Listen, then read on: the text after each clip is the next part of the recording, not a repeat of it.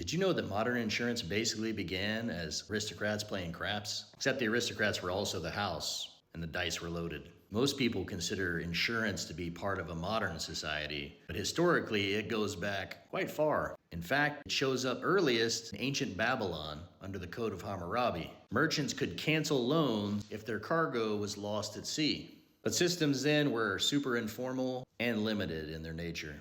So modern insurance really begins in one place. London, 1688, Edward Lloyd's Coffee House, a gathering place for wealthy merchants, ship owners, and financiers. And they didn't start this little enterprise to protect people out of kindness. They were there to protect assets, mostly their own. So ship owners would come to Lloyd's and pay an upfront fee called a premium. They did this to transfer the financial risk of the upcoming voyage.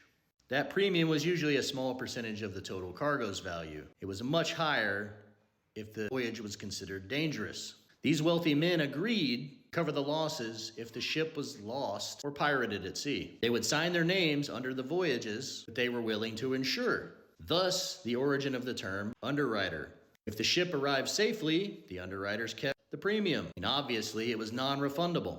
If the ship sank or was taken by pirates, they paid out their share of the loss. Sounds scary for them, right? Not so much. The risk was divided among multiple aristocrats, so no single loss would have been catastrophic. And here's the crucial thing that a lot of people miss. Many of the men that did this underwriting were ship owners themselves. So they knew the condition of the ship, they knew the captain of the ship, they knew the route, the season, and the odds of success. Risky voyages were either charged astronomical premiums or simply not insured at all. These guys didn't take bad bets. The system also worked so well for them because the people underwriting were wealthy enough to survive when one didn't. Over time, Lloyd's Coffee House evolved into Lloyd's of London, one of the most influential insurance institutions in the world. At this stage, insurance didn't cover human life, like at all. It insured the ships and the cargo. If a ship sank, sailors' families could expect to get nothing.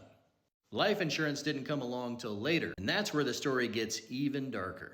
So in 1688, London, insurance looked a lot less like protection and more like organized gambling, just with powdered wigs. Same casino math, just better manners. As always, have a wonderful day. And if you like my content, it helps me dramatically if you smash that like button and subscribe.